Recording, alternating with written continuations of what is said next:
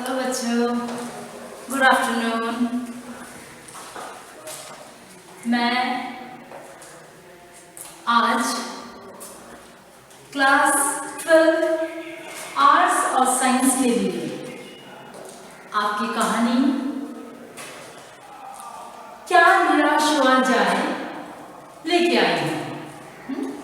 जैसा कि पिछले क्लास में मैंने ये कहानी हालांकि मैंने पढ़ाया, कुछ बच्चे एब्सेंट थे किसी कारणवश स्कूल के प्रोग्राम से वो आउट ऑफ स्टेशन थे। सो मैं फिर से ये कहानी लेके आई हूँ। कहानी का नाम है क्या निराश हुआ जाए। रचयिता है अर्थात लेखक है आचार्य हजारी प्रसाद द्विवेदी।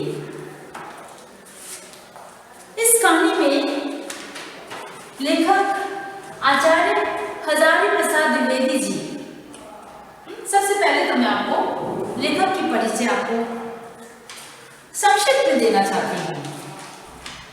आचार्य हजारी प्रसाद जी द्विवेदी का जन्म 19 अगस्त 1907 में बलिया जिले छपरा नामक ग्राम में हुआ था। 1930 में इन्होंने काशी हिंदू विश्वविद्यालय से ज्योतिषाचार्य की उपाधि प्राप्त की।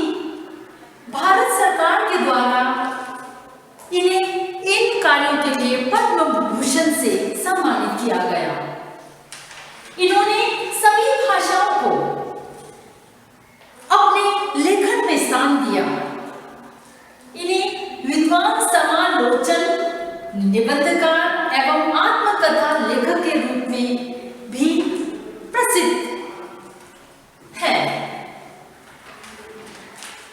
इन्होंने कहानी के अलावा कई सारे निबंध लिखे, कई सारे उपन्यास रचे, कई सारे आत्मकथा। सो इस प्रकार साहित्य को इन्होंने अपना हर विधा का लेखनी दिया। इस कहानी में भी कुछ आत्मकथा है लेखक स्वयं की। कहानी है क्या निराश हुआ जाए। कहानी की थोड़ा परिचय। जिस तरह से इस कहानी में दिखाया गया है लेखक हजारी प्रसाद द्विवेदी जी द्वारा कि लोग रोज अखबारों में अर्थात समाचार पत्रों में कई सारे उनके समय में कई सारे पत्र पत्रिकाओं में रोज सिर्फ लोगों के बुराइयों जैसे रोजाना ठगी जाना, डकैती करना, चोरी, तस्करी, भ्रष्टाचार समाचार पढ़ के लोग उब गए थे, निराश होने लगे थे। इन सारे समाचार को पढ़ के उन्हें लगता है कि मानवीय मूल्यों के प्रति लोगों की आस्था समाप्त होती जा रही है।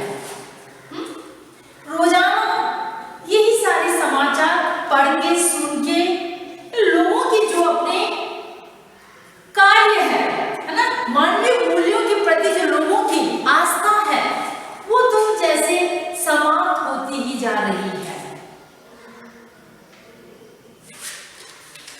इन सब के बावजूद लेखक के अनुसार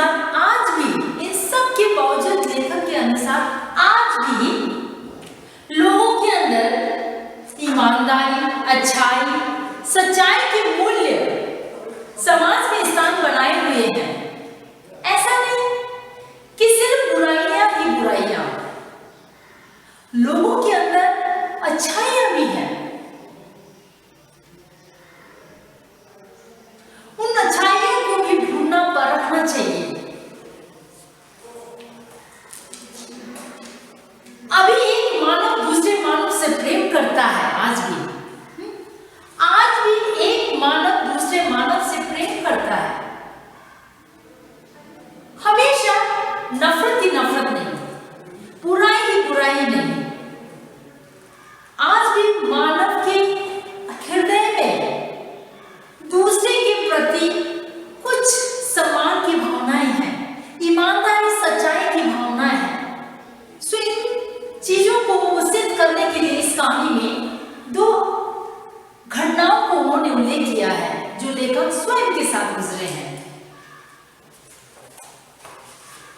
लेखक स्वयं के साथ घटित ये घटनाएं दो, एक है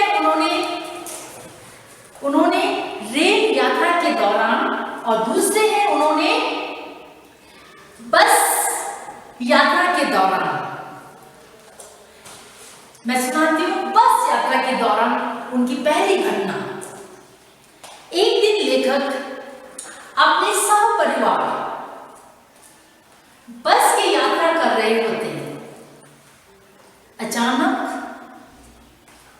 काफी दूर चली जाती है। सुनसान जगह, एकदम जंगल, घने जंगलों के बीच बस की खराबी होना, लोगों का वहम, डर, आपस में सारे पैसेंजर्स आपस में उन ड्राइवर को गलत सोचते हैं कि इस सुनसान घने जंगलों में अचानक रुकना और कहना कि बस की खराबी के कारण ये रुकावट। सो सबके मन में, लोगों के जितने भी वहां पैसेंजर थे लेखक के साथ, सारे डर जाते हैं कि ये तो कोई मिली भगत, कंडक्टर और बस ड्राइवर की मिली भगत कोई साजिश है, कुछ गड़बड़ है, सब सोचते हैं। और उन सब में लेखक स्वयं भी होते हैं।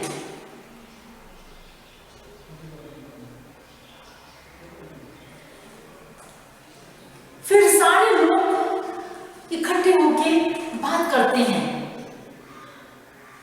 कि कहीं ये ड्राइवर और कंडक्टर मिलके हमें लूटने की साजिश तो नहीं रची जा रही है कि बस खराबी होने का बहाना बना दिया पैसेंजर्स को।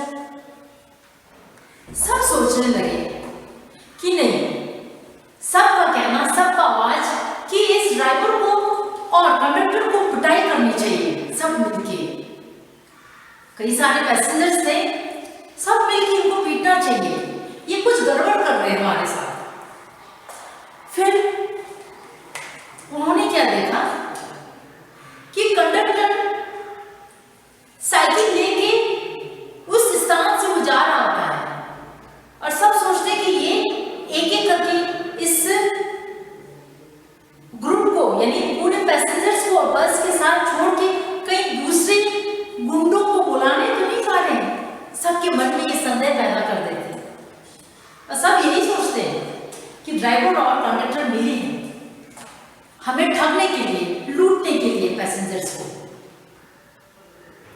वो कंडक्टर बेचारा वो साइकिल लेके चला जाता है और पीछे अकेला ड्राइवर रहता है।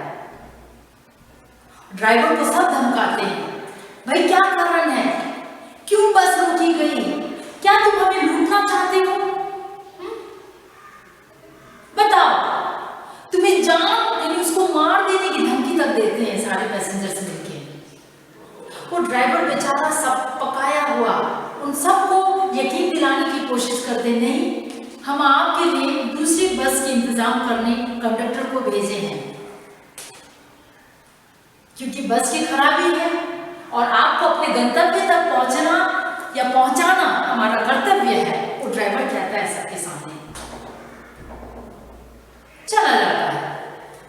फिर भी लोगों के मन की जो संदेह है बढ़ती जाती है। हो सकता है ये झूठ बोल रहा हो, ये हमें फंसाने की कोशिश कर रहा है, सबका यही संदेह है।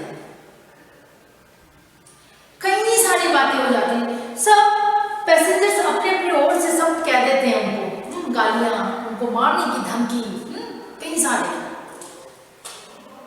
समझाते हैं, लोग समझ नहीं पाते और लोगों को प्यास लगी जा रही है। पैसेंजर्स कोई भूखे हैं, बच्चे रोए जा रहे हैं, लेखक के बच्चे भी थे, वो बच्चे अपनी माँ के साथ लिपट के वो रो रहे थे भूखे प्यासे होने के कारण, क्योंकि कई समय हो गए थे वहां बैठे हुए, गर्मी से भी परेशान थे। फिर क्या किया उन्हें बुलाया। हजारी प्रसाद द्विवेदी जी ने एक पैसेंजर को बुलाया और समझाया, नहीं भाई हमें उसकी बात को सुनना चाहिए, है ना, ये एकदम डरा हुआ सा, सब पकाया हुआ सा, सहमी हुई सी ये बात कह रहा है अपना, हमें सुन लेना चाहिए इसकी बात। कुछ ही देर एक खाली बस धनधनाता हुआ आवाज में उनके सामने, उनके नजर के सामने आती, चलती हुई बस। सब लोग हैरान हो जाते हैं। कंडक्टर उस बस को लेके आते हैं और कहते हैं, ये लो, आप सबके लिए बस लेके आए हैं, दूसरी बस। अब निश्चिंत होकर बैठिए, आप सभी पैसेंजर्स को अपने गंतव्य तक ये बस छोड़ के आएंगे। देखा लेखक ने यही कहा है कि भाई आज भी हमारे समाज में इंसानियत, ईमानदारी, सच्चाई नहीं मिटी है। सो निराश होने की बात नहीं है। उन बुराइयों को सोच के सिर्फ निराश होना ये व्यर्थ है। लोगों की अच्छाई को भी हमें व्याख्यान करना चाहिए, उजागर करना चाहिए। ये पहली घटना लेखक हजारी प्रसाद द्विवेदी स्वयं के साथ घटित। उसी तरह दूसरी घटना, एक दिन वो ट्रेन के यात्रा के दौरान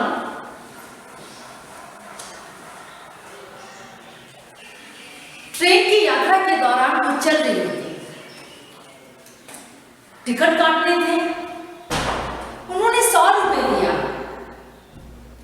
100 रुपए उन्होंने टिकट के लिए दी। टीटी आए थे वहां टिकट के पैसे लेने, 100 रुपए उन्होंने दिए। अब टिकट में 100 रुपए दिए, उसमें से उनको कुछ पैसे वापस मिलने थे, क्योंकि लेखक जल्दीबाजी में थे। हजारी प्रसाद जी जल्दीबाजी में थे। उन्होंने नहीं देखा कि टिकट के दाम क्या है और कितने उन्हें वापस मिलेंगे। कुछ नहीं देखा और कुछ नहीं सूझा, क्योंकि वो हड़बड़ी में थे, जल्दी में थे। हाँ, ट्रेन ना छूट जाए, जल्दी में थे। वो चल जाते, वो यात्रा कर रहे होते ट्रेन की। फिर एक आदमी किसी को पहचानता हुआ, हाँ, उसकी निगाहें सबकी ओर रखते हुए, किसी को पहचानने की कोशिश करते हुए एक आदमी आता हुआ दिखाई देता है। वो आदमी आया और उनके समीप पहुंच के कहता, अच्छा आप तो चले गए, आपने मुझे टिकट के लिए पैसे दिए 100 रुपए, आपके कुछ पैसे बचे थे, टिकट में पूरे 100 रुपए नहीं लगे, आपके कुछ पैसे बचे हैं जो मैं आपको ढूंढता हुआ आपको लौटाने आया हूं। ये थी उनकी दूसरी घटना। अब बताइए, ऐसा लगता है कि हमारे भारत समाज, भारत देश में आज भी लोगों के हृदय, सच्चे हृदय, अच्छाई, इंसानियत, ईमानदारी नाम की चीज आज भी नहीं मिटी है। इसीलिए लेखक ने कहा कि क्या निराश हुआ जाए। उन्हीं समाचार पत्रों को, उन्हीं डकैती, उन्हीं जासूसों को, उन्हीं भ्रष्टाचार को अगर आपके दिलो दिमाग में रख के किसी के किए अच्छे कर्मों का उजागर ना करके, बड़ी पढ़ाई ना करके, हम उन्हें क्या कर रहे हैं? उन्हें नजरअंदाजा कर रहे हैं। नहीं भाई, उन्हें हमें प्रोत्साहन करना चाहिए, उनके कर्मों का हमें प्रोत्साहन करना चाहिए। इंसानियत आज भी नहीं मिटे हैं। कहानी के अनुसार यहाँ पे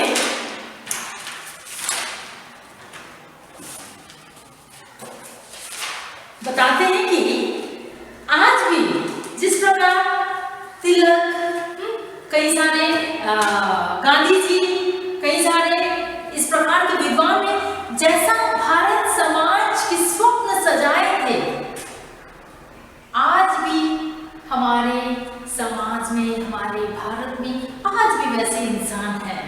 ईमानदारी, सच्चाई आज भी बचे हैं। सब कुछ समाप्त नहीं हुए हैं, बस लोगों की सोच और नजर की बात है। सोच और नजर की बात है।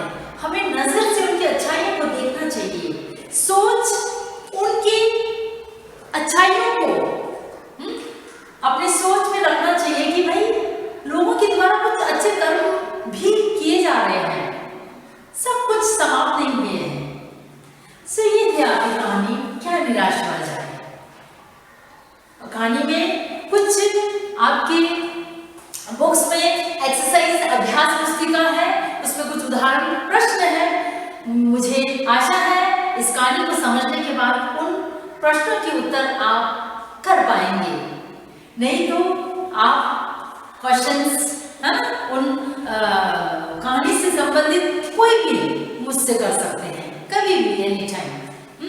ये है आप आज की कहानी क्या निराश हुआ जाए, हजारी प्रसाद द्विवेदी जी द्वारा रचित। कल मिलती हूँ फिर अगले कहानी के साथ।